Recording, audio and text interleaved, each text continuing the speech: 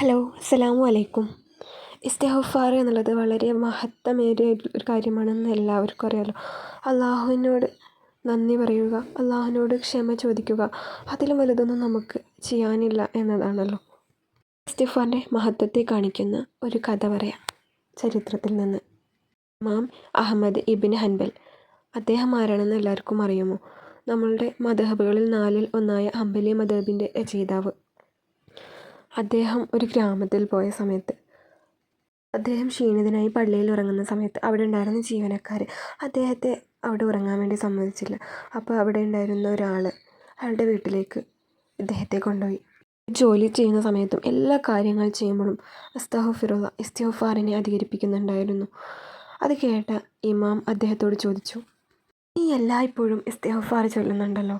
അപ്പോൾ അദ്ദേഹം പറഞ്ഞു, അതെ, ഞാൻ ഒരിക്കലും ഇസ്തിഗ്ഫാർ നിർത്തുന്നില്ല. അപ്പം ഇമാം അദ്ദേഹത്തോട് ചോദിച്ചു, അതെന്താ നീ നിർത്താത്തത്? അതുകൊണ്ട് നിനക്ക് എന്താണ് ലഭിച്ചിട്ടുള്ളത് എന്ന് ചോദിച്ചു. ആ സമയത്ത് ആ ഒരു വ്യക്തി പറയുണ്ടായി, ഞാൻ ആഗ്രഹിച്ചതെല്ലാം എനിക്ക് റബ്ബ് തന്നിട്ടുണ്ട്, ഒന്നൊഴികെ. അപ്പോൾ എന്താണ് നിനക്ക് ലഭിക്കാത്തത് എന്ന് അദ്ദേഹം ചോദിച്ച സമയത്ത് ഇമാം ഇബ്ൻ ഹൻബലിനെ കാണാനുള്ള ഭാഗ്യം ലഭിച്ചിട്ടില്ല എന്ന് അദ്ദേഹം പറഞ്ഞു. അപ്പോൾ കരഞ്ഞുകൊണ്ട് ഇമാം പറഞ്ഞു, സുബ്ഹാനല്ലാഹ്, അള്ളാഹു തന്നെയാണ് ഇബ്ൻ ഹൻബലിനെ നിൻ്റെ വാതിൽക്കൽ കൊണ്ടെത്തിച്ചത്. ഇസ്തിഗ്ഫാർ ഒരിക്കലും നിർത്തരുത്. അള്ളാഹു തആല അതിലൂടെ ഒരുപാട് അത്ഭുതങ്ങൾ കാണിക്കും.